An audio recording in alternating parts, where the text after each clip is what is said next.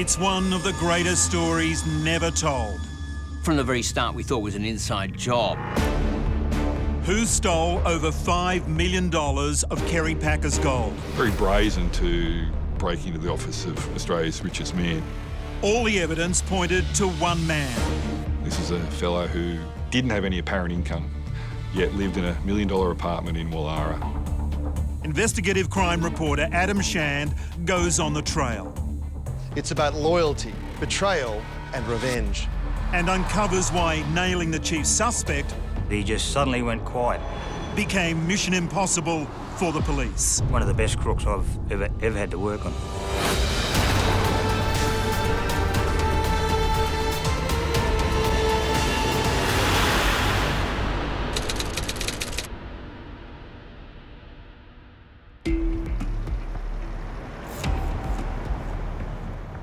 This is the third floor of 54 Park Street, Sydney, the headquarters of the Packer family empire for 7 decades until they sold out in 2007. From here, Kerry Packer presided over his powerful magazine and television empire. He hatched World Series cricket and struck fear into the hearts of his staff. It was a formidable seat of power in Australia. This boardroom was where Kerry Packer's office used to be. There were very few who got the better of him in this inner sanctum. But tonight we tell the story of someone who did. In April 1995, there was 283 kilos of gold bullion worth about 5.4 million hidden in a safe that used to sit about here in the office. One night it disappeared and no one has ever been charged. But as you'll see, this is not just a story about missing gold. It's about loyalty, betrayal and revenge.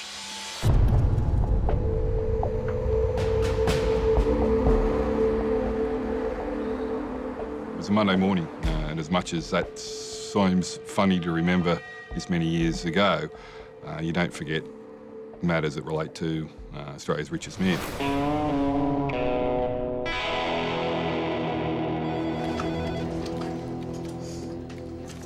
I was in the office and a phone call came in.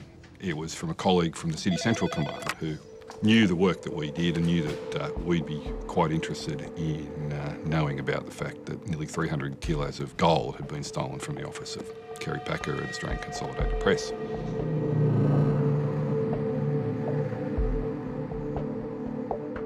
You went to the office there. What scene confronted you? Well, there's very little to see in terms of identifying the crime. There was a safe had been cut within the office of Mr. Packer. My recollection was that it was a very old Chubb safe. You had only known about an incident because of a mark that was on the carpet. What was the mark on the carpet? A burn mark. So there'd been something, to our thinking, had dropped onto the floor during the process of the safe being cut open by the offender. Given that there was just a small cut and the door was open and obviously been successfully attacked, what was your impression of the handiwork of the safe cutter? That it was a very neat cut and very targeted. It had hit exactly the right spot within that safe to effect entry in a minimal manner. It was an old safe from the 1940s, an easy target for an experienced safe cutter. Was there anything on the scene at that stage apparent to you that indicated a suspect initially? No. Once the crime scene was identified, normal course, we would use all the forensic evidence available to us, and fingerprints was an important one for that. So our fingerprint expert dusted the safe and was able to identify a print within the internals of the safe. That was something that we could work on, was this fingerprint. And we were informed by the fingerprint department that it was a fresh fingerprint. So we made inquiries as to the owner of the fingerprint, and he was a young safe mechanic. So we thought, well, safe mechanic knows how to get into us. Safe. So we started making inquiries in relation to this young mechanic. Then we had to go over and interview him, and he was living in Adelaide. Him and his wife were very religious. His parents were very religious. His mother actually kept a diary It's part of her religious faith. She used to write down everything every day. And the weekend of the robbery, she had written in it, they were all in Adelaide, and her car had broken down, and this young mechanic had to go and organise to get Mum's car fixed up. And he was the most unlikeliest safe breaker you could ever meet in your life. And as it turned out, this individual had worked for Chubb and many years earlier attended Mr Packer's office and conducted some repairs to the safe.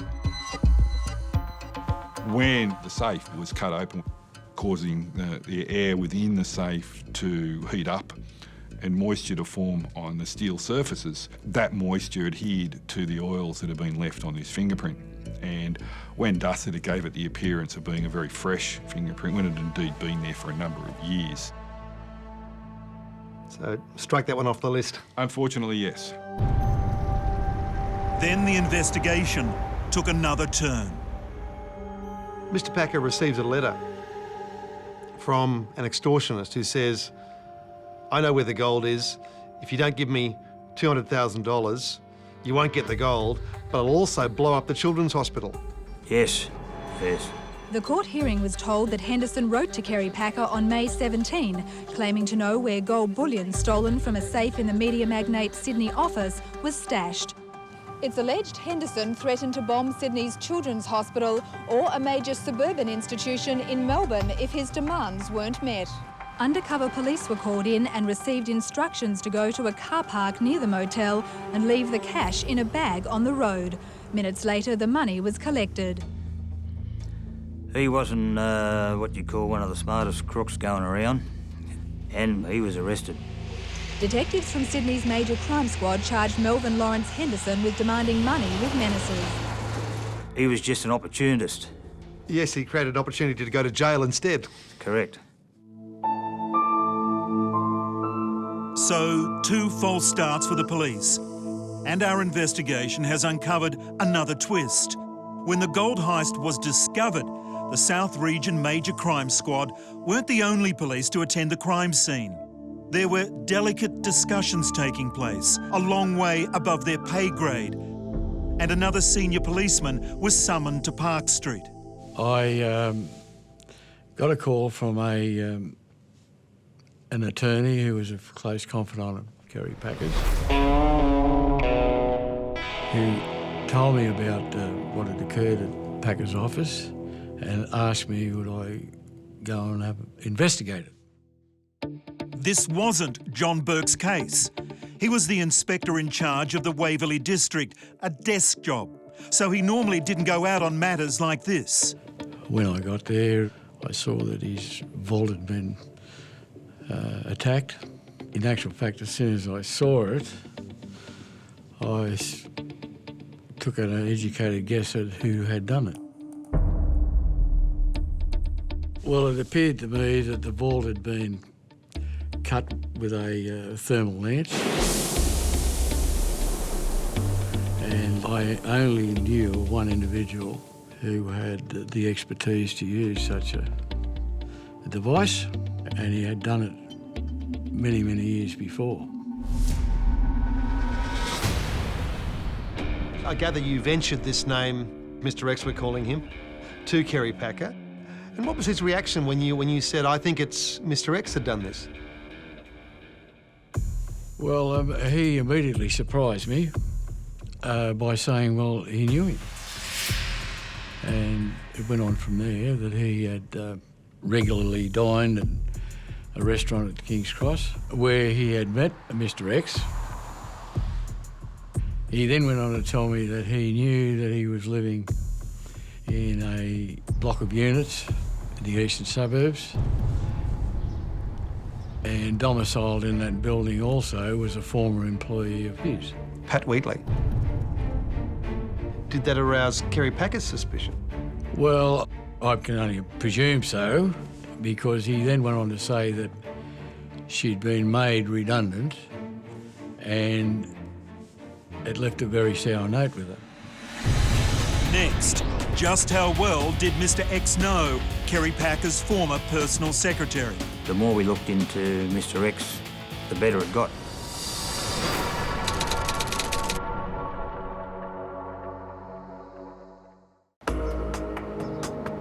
This is Woollahra in Sydney's eastern suburbs, a ritzy postcode of mansions and foreign embassies.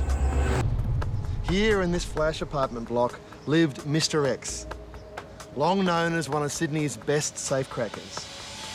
Here also lived Mr. Packer's former private secretary, Pat Wheatley, in the flat above. How the South Region Major Crime Squad came across this information is a matter of some speculation. Was it via John Burke or Kerry Packer himself? We'll never know. But there were sensitive matters at play here. Pat Wheatley had given Kerry Packer the best years of her life. Now she was a suspect in robbing him. We found out that Mr. X lived on the bottom floor and Mr. Packer's ex-secretary lived on the first floor. And it took a while before we found out that they actually knew one another.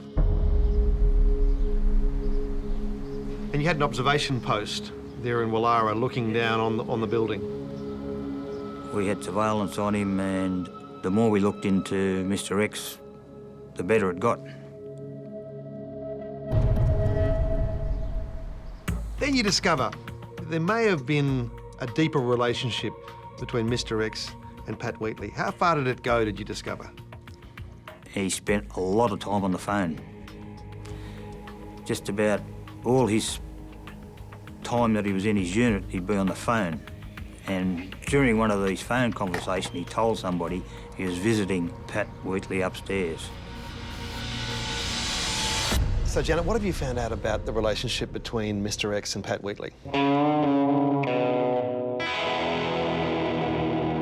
Well, they obviously had a relationship. They obviously were lovers because the police had been following him around. They had him under surveillance the whole time. They may have been long-term lovers. They had a very close relationship. They slept together. All roads lead back to Patricia Wheatley. How many times did you speak to her? We conducted a formal interview in her solicitor's office. And who was that? Malcolm Turnbull. Formidable lawyer. Yes. Soon to be eventually Prime Minister. Correct. And what was the tone of those inquiries? Was she willing to assist? Well, she wanted to assist, but she was very guarded in what she would disclose. Whilst she was not unhelpful, she wasn't helpful. It was about here that Pat Wheatley sat. She was Kerry's gatekeeper, and her dominion began just outside his office. She was never married, she was married to her job. For nearly 20 years, she managed Kerry's personal affairs, his travel itinerary, and kept his secrets. Above all, the Packers valued loyalty and secrecy, and they rewarded it lavishly. But things began to change in the early 1990s, and this ultimate insider was shown the door.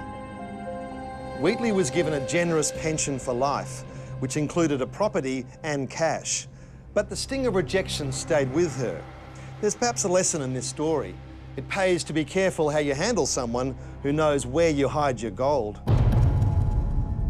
She knew the gold was there. She certainly did. She was working for Mr. Packer when he sold a mine in Western Australia, and he wanted the payment in gold bars, not cash. And she was there when the gold bars were delivered and put in his safe. How many people were aware that there was gold in the safe? Before it happened, I'd never heard it. When Richard Walsh ran Packer's publishing empire in the 1990s, loyalty was everything.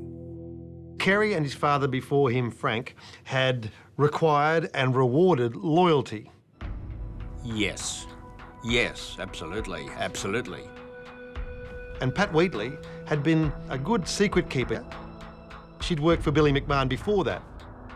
Yes, I mean, Kerry told me all his attempts to wheedle, to cajole, to bribe, to muscle out of her some of Billy McMahon. He knew Billy McMahon had more than a few secrets, and he had tried to get some of this out of Pat. The way he told it to me was total nil success. And he was so impressed with this, he basically, I guess, thought that all his secrets were in her vault and would never come out. What kind of person was Pat Wheatley? I liked Pat. You had to be on the right side of her. Fortunately, I don't think I ever had an argument with her or got on the wrong side of her, but I saw people who did. It was ugly. She relied on me for something that she didn't rely on too many people for, because Kerry, by the end of the day, was someone who was a bit ropey, and there was a tradition that around 5:30, 6 o'clock, we had guests from outside. And she always felt that I could get Kerry into a good mood more than anyone else could. How would you do that, Richard? Told him jokes. And she knew that if she rang me and said, I think we really need you down here tonight, that I would do that. And that indicates the closeness of their relationship, as she could anticipate his deeds and you could be the solution to a problem. So there was an exchange. Sometimes I had something that I needed to pass by him that I thought might inflame him. Magazine figures mightn't be up to scratch, or someone who he valued might need to be moved sideways or whatever. I'd say, I've got something, when you come in, can you tell me what the weather's like? And she would ring up and sort of say, it's raining. She would ring me every couple of hours to give me a weather report, and whether she thought the sunshine would ever come out today or whether we would have to try for another day. After the break, a change in the weather spells doom for Pat Wheatley. Part of her undoing was Al Dunlap found that she actually had a secret cupboard. She felt vengeful, and Al had destroyed her life.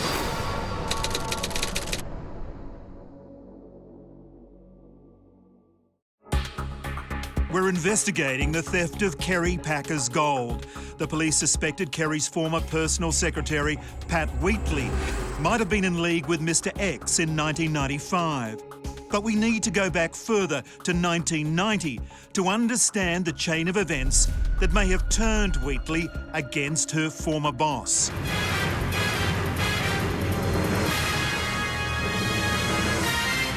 Good evening. Millionaire businessman Kerry Packer is in intensive care tonight after suffering a massive heart attack. Everything changed in the Packer empire in 1990 after Kerry collapsed while playing polo. He was revived despite being clinically dead for 7 minutes. Once he'd had that incident on the polo field, he was never quite the man that he once was. And so, a lot of the life force and energy had gone out of him. He was trying to get things into ship shape for James to take over. He wasn't sure of his own longevity at that time. Packer's answer to the challenge of succession was to bring in a brash American CEO, Al Dunlap, to mentor his son James. Dunlap was known as Chainsaw, but he preferred Rambo in pinstripes. Whatever the nickname, the intent was clear. It was the reign of terror, wasn't it, going on then? Yeah, I could write a book about the reign of terror from my experience of working for Al Dunlap. It gave me a real insight into how those things work. One of the people who did survive Al, Bill Cook, put out a limited edition T-shirt that said, I work for Al Dunlap and survived. And I think there was a limited edition of 5 or 6 copies. I certainly have one at home. He had really kind of swayed through the senior management, and by 1995 I think we were all little islands because the company had changed so dramatically. The reign of terror is on. The axe even falls on loyal Pat Wheatley. She, of course, famously loved to drink. I mean, part of her undoing was Al Dunlap found that she had a secret cupboard. I thought it was actually a secret meeting room. I knew it was a door that we'd never seen open. I just assumed it went into some secret little bit. But it was apparently a very large cellar where she had stored over the years an enormous amount of very handy liquor. Al discovered this, got all furious about it. She was hurled out. probably given a lot of money, but, you know, this was her life. I mean, people always forget that with work. I mean, work is two things. It's a source of money and a source of personal fulfillment. She wasn't married, she had no children. She came in, she sat at that desk, she was queen when she was sitting there, she was Kerry's confidant.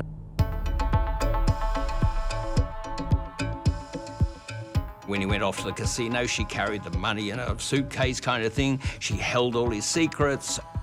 That made her, that was her life. So if she felt vengeful, and I'm not saying she did, but if she felt vengeful, she had every reason. Al had destroyed her life. Kerry did nothing to prevent that. No.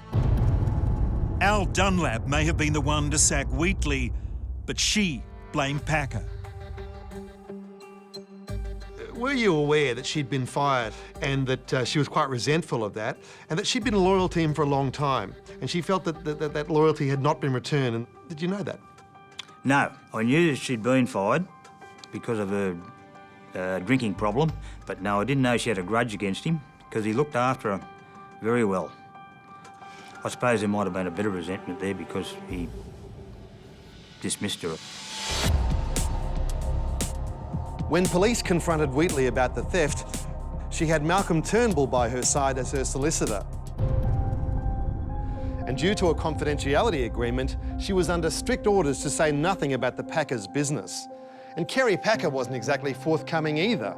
To police, at times, it seemed like they were facing a wall of secrecy. She was not being open with the police.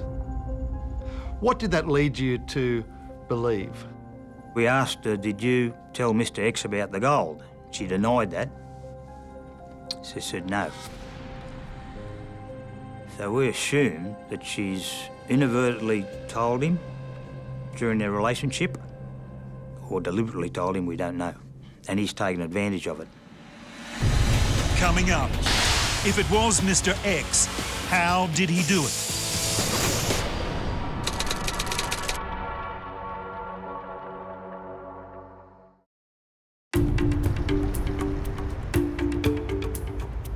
We're on the trail of Kerry Packer's stolen gold.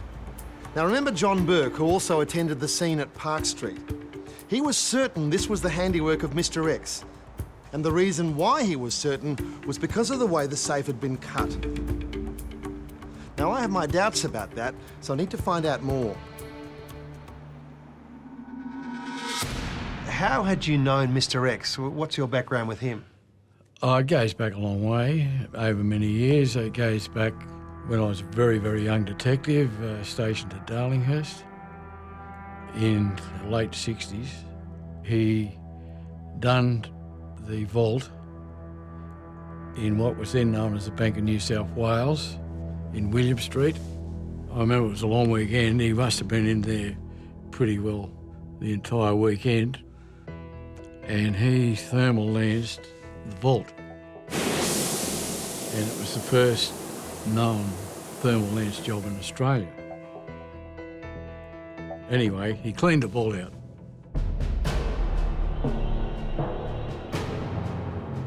I know of only 2 attacks in my time, and they were both on banks. Tell us about thermic lances. When did you first start to see them coming into Australia? Okay, I was transferred to the breaking squad in 1968, and as part of your induction, they used to send you along to the Chubb's safe factory, and they used to put on demonstrations of the various ways in which safes could be attacked. And one of the demonstrations was the thermic lance. And what I noticed about it was that it was so noisy.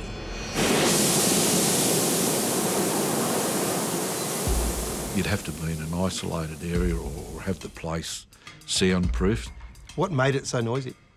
I think it was the volume of oxygen which they blew through, and the tips of the lance operated at such a high temperature that it melted. In other words, they'd walk forwards, then they'd have to keep replacing the tip. Given the demonstrations that I sat through, I'd find it astonishing if one floor above they didn't hear the heavy blowing that was taking place.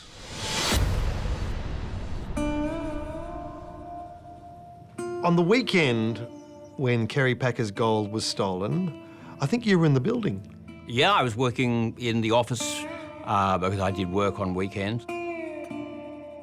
My office was right above Kerry's, so whatever was happening underneath my feet, underneath my chair. Did you hear anything? Not a thing. It doesn't make sense. If a thermal lance was used, you are looking at absolute clouds, thick clouds of black, acrid smoke. If you're after the cash in the safe and you're using a thermal lance that's operating at 4,500 degrees Celsius, by the time you get into that safe, the cash in there is ash. Our investigation has found someone who can tell us exactly what happened to Packer's safe. So, Mark, tell us, how did you get involved in the case of Kerry Packer's gold getting stolen? Well, we got a call out to Park Street that the safe had been cut open. And we go out there and sure enough, it was Kerry Packer's safe. And we pulled it out, took it downstairs to take it away.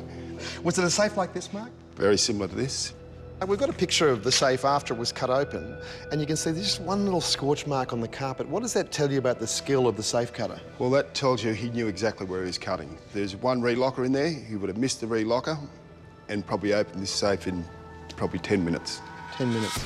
And so that little burn there would be from what, do you think? That's just the hot steel falling onto the ground. But if he'd hit a relocker, he would have had to cut bigger holes, so the more steel falling on there, he would have burnt everywhere from there. But that shows you he did actually know what he was doing.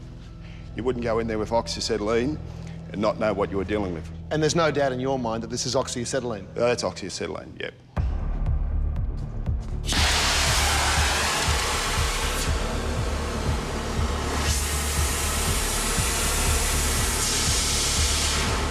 What would a thermic lance? Thermic lance, you've got to wear a full outfit. The heat generated out of that, you know, you'd scorch everything. Sites where they have used the thermal lance, the heat it generates is enormous. It stays hot for hours and hours inside. Everything would have been scorched. John Burke was likely wrong that the safe was attacked with a thermal lance, but his opinion of Mr. X's skill was spot on. As a safe cutter, he was always considered in the top 3 in the nation. As a criminal generally, he was very professional in what he did, to the point that he was rarely arrested. Very determined crook by the sounds. Well, if there are any good crooks, he was one of them. Still to come, how Mr. X outsmarted the cops. We tried to follow him one day, and we had no idea where he went to.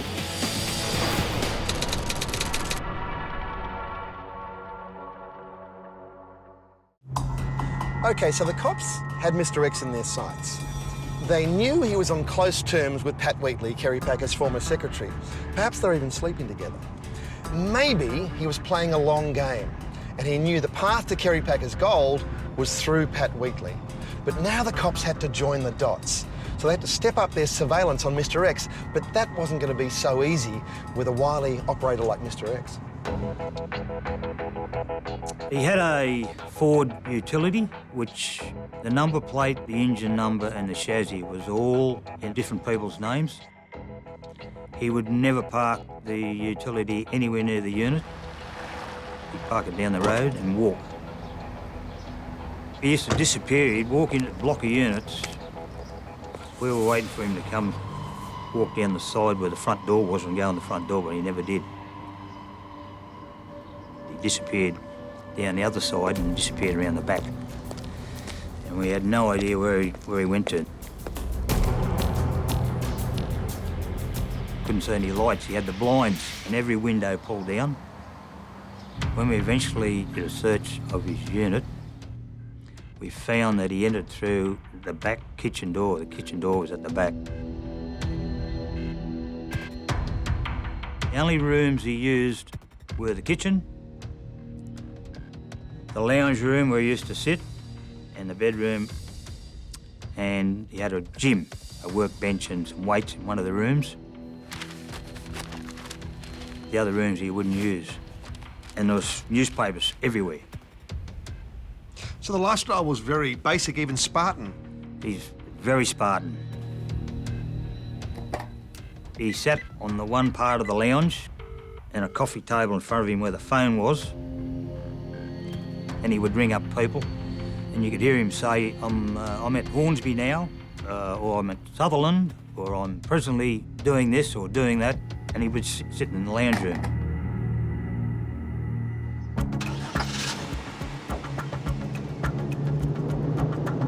We tried to follow him one day, and he went all out through the inner west, through Sydenham, Petersham, Lewisham, drove everywhere.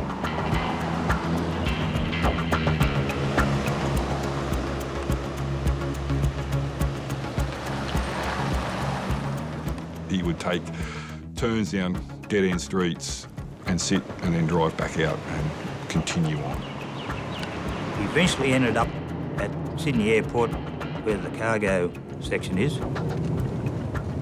And he did all that anti-surveillance just to use a public phone that was inside the foyer.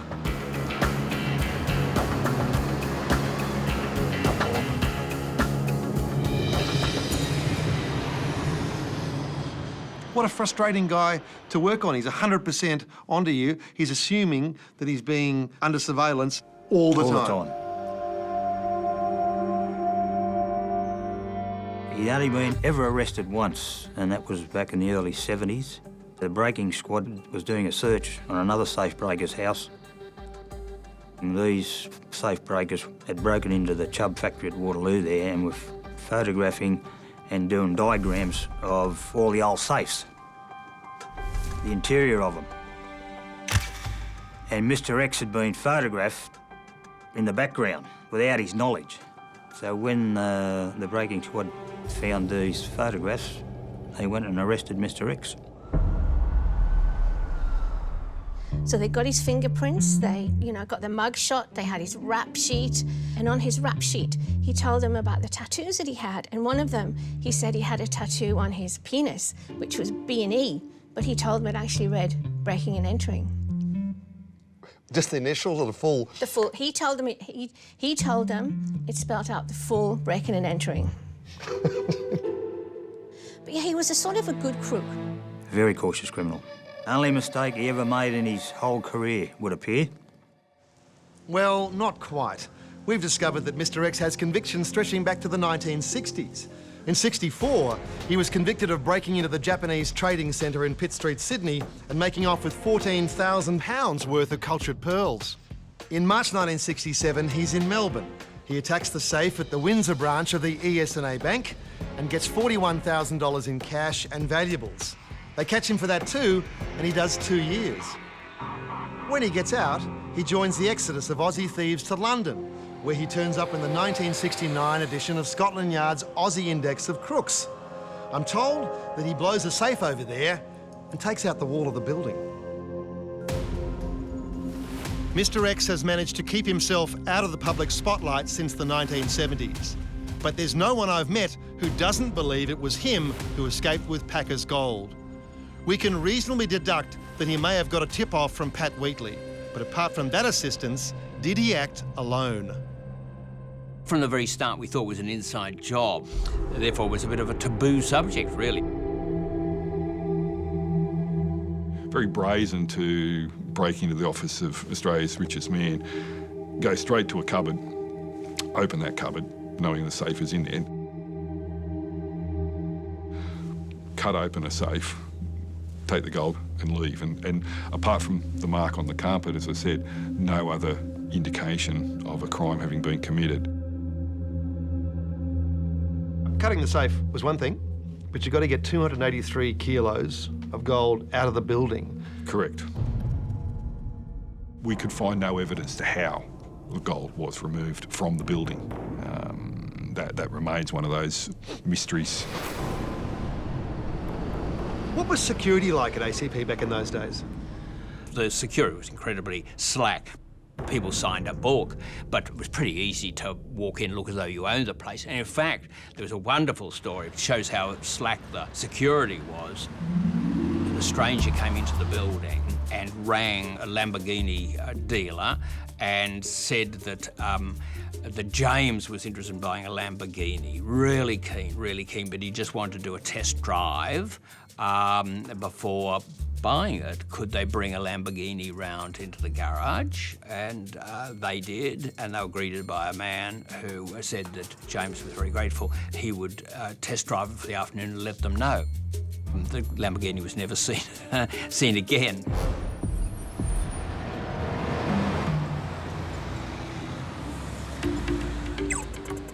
We spent a lot of time investigating the security company and speaking to Mr. John Murray, who ran the security company.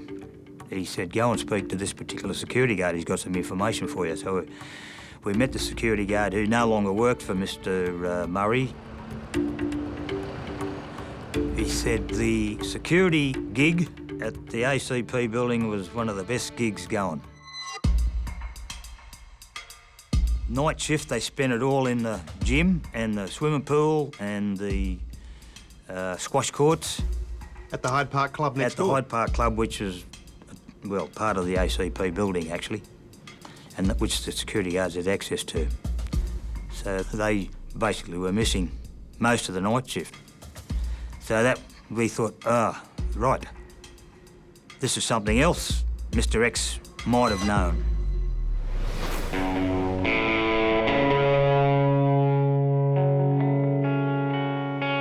The robber had two challenges, getting into the building and then getting out with the gold. If Pat Wheatley had told Mr. X about the gold, she could have also told him about the security and their habit of playing squash at the gym next door. I've also been told that Mr. X was seen at least on one occasion outside Park Street doing surveillance. The next question. Once he's gained entry and cut the safe, how does he get out of the building unnoticed with 283 kilos of gold? What the police believe is that he wheeled the gold into this goods lift, which has been here for donkey's years, and took it down to the ground floor. Voila. It's a bit different now, but this is the loading dock at Park Street. Back in the day, only Kerry Packer parked his car in here, and that was only on the weekdays. The weekends, this loading dock was empty. We assume he put a vehicle in the dock and come down the lift and just wheeled the gold straight in the back of the ute and taken off. While the security guards had their sporting pursuits next door. We're having a good time, yeah. I mean, there were so many mysteries around the Packer family that as long as you looked like the boss said I could do this kind of stuff, that kind of might have, you didn't need a pass. As you trundled out 300 kilos of gold. He wants me to take his gold out for a bit of an airing. He's frightened it's going off. Still ahead, the showdown on the street. He was letting me know that I knew there was him.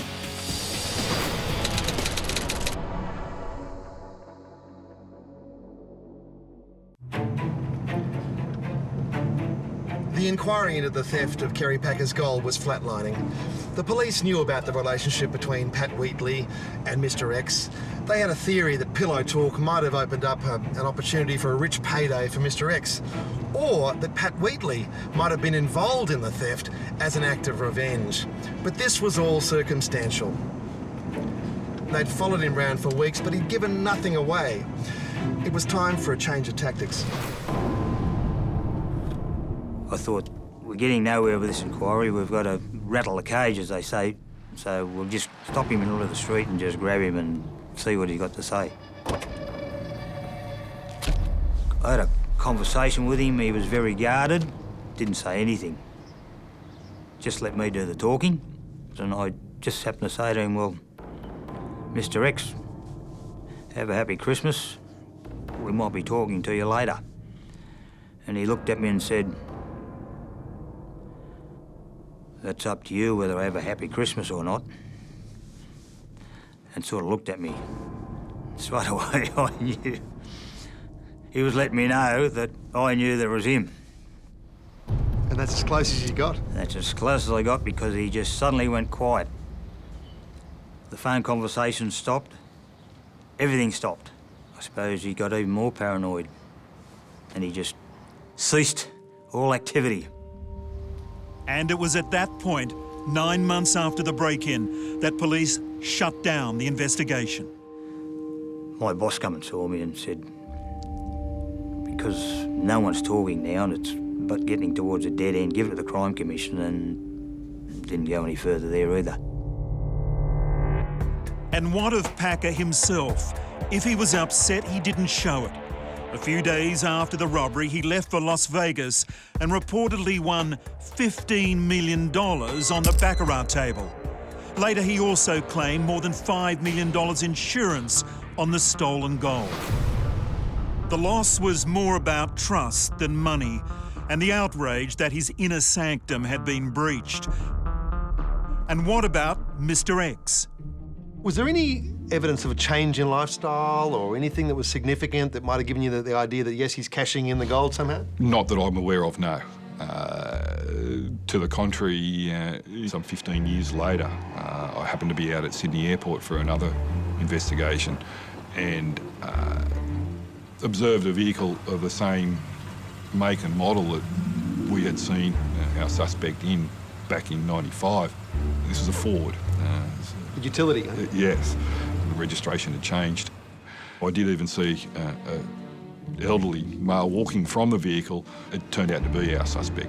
And if he got his hands on as much gold as we think he did, many years later, he still, his mode of transport hadn't changed, which I found a little surprising. What's the point of all this? When you can't enjoy your ill-gotten gains, is it all about the cleverness, all about the, I got Kerry Packer's gold? I suspect there's something about that, although I don't know who you tell. Maybe he didn't get the full value of the gold, but he got enough out of it that allowed him to continue living a pretty comfortable lifestyle. This is a fellow who didn't have any apparent income. Never had a job. Yet lived in $1 million apartment in Wallara. It's always the crooks that you don't hear of that are the much better crooks. They're not caught and they're not convicted. Very cautious criminal. Just a good crook. I mean, the fact that he... One of the best crooks I've ever had to work on. And he beat you? Certainly did. Certainly did. Yes.